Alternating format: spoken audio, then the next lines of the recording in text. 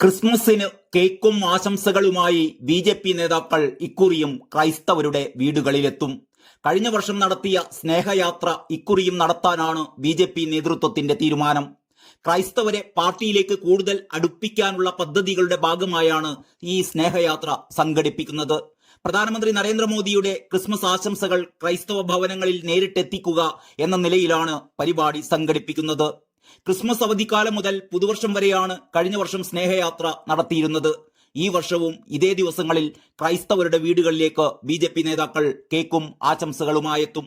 ലോക്സഭാ തിരഞ്ഞെടുപ്പിൽ തൃശൂരിൽ പാർട്ടിക്കുണ്ടായ വിജയത്തിന് പിന്നിൽ ക്രൈസ്തവ സഭകളുടെ പങ്ക് ബി.ജെ.പി. തിരിച്ചറിയുന്നുണ്ട്. സമാനമായ രീതിയിൽ മറ്റിടങ്ങളിലും ബന്ധവും സഹകരണവും വളർത്താനായാൽ പാർട്ടിക്ക് വലിയ മുന്നേറ്റം കേരളത്തിൽ സാധ്യമാണ് എന്നും നേതൃത്വം തിരിച്ചറിയുന്നുണ്ട്. ഈ ലക്ഷ്യം കൂടി മുൻനിർത്തിയാണ് സ്നേഹയാത്ര ഈ വർഷവും തുടരാനുള്ള തീരുമാനം. ബി.ജെ.പിയുടെ സംഘടനാ തിരഞ്ഞെടുപ്പ് നടക്കുന്ന സമയമാണിത്. ഭാരവാഹി പട്ടികയിലേക്ക് ക്രിസ്ത്യൻ സമുദായത്തിൽപ്പെട്ടവർക്ക് കൂടുതൽ പ്രാതിനിധ്യം നൽകുന്നതും ബി.ജെ.പി. നേതൃത്വത്തിന്റെ പരിഗണനയിലാണ് എന്നും സൂചനകളുണ്ട്. ജനറൽ സെക്രട്ടറിയായിരുന്ന ജോർജ് കുര്യനെ കേന്ദ്രമന്ത്രിയാക്കിയതിന്റെ ഗുണം വരും തിരഞ്ഞെടുപ്പുകളിൽ ഉണ്ടാകുമെന്ന് നേതൃത്വം വിലയിരുത്തുന്നു. എല്ലാ വിഭാഗങ്ങളുമായും നല്ല ബന്ധം പുലർത്തുന്ന നേതാവാണ് ജോർജ് കുര്യൻ.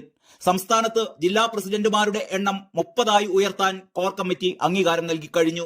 ഒരു ജില്ലയിൽ ഒന്നിലധികം പ്രസിഡന്റുമാർ വരുമ്പോൾ ഭാരവാഹികളുടെ എണ്ണം കൂടുമെന്നതിനാൽ ജാതി, മത, സമുദായ, ഗ്രൂപ്പ് സമവാക്യങ്ങൾ പാലിച്ചുകൊണ്ട് കൂടുതൽ പേരെ നേതൃത്വത്തിലേക്ക് എത്തിക്കാൻ സാധിക്കും. ഇതോടെ ഭാരവാഹി പട്ടികയിൽ ക്രൈസ്തവർക്കും നല്ല ഇടം കിട്ടും. തൃശൂർ ലോക്സഭാ സീറ്റിൽ സുരേഷ് ഗോപിയുടെ വിജയത്തിന് പിന്നിൽ ക്രിസ്ത്യൻ സഭകളുടെയും അകമഴിഞ്ഞ പിന്തുണ ഉണ്ടായിട്ടുണ്ടെന്നാണ് ബി.ജെ.പിയുടെ വിലയിരുത്തൽ. അതുകൊണ്ട് തന്നെ തൃശൂരിൽ സ്നേഹയാത്രക്ക് കൂടുതൽ ശ്രദ്ധ പതിപ്പിക്കും. അടുത്ത തിരഞ്ഞെടുപ്പുകളിൽ തൃശൂർ കോർപ്പറേഷനും തൃശൂർ നിയമസഭാ മണ്ഡലവും ഒക്കെ ലക്ഷ്യമിട്ട് ഇതിനകം തന്നെ ബി.ജെ.പി. പ്രവർത്തനം ശക്തമാക്കിയിട്ടുണ്ട്. സംസ്ഥാനത്താകെ മികച്ച വോട്ട് വിഹിതമുള്ള 60ഓളം നിയമസഭാ മണ്ഡലങ്ങളിൽ കണ്ണുനട്ടാണ് ഈ തന്ത്രങ്ങളൊക്കെയും.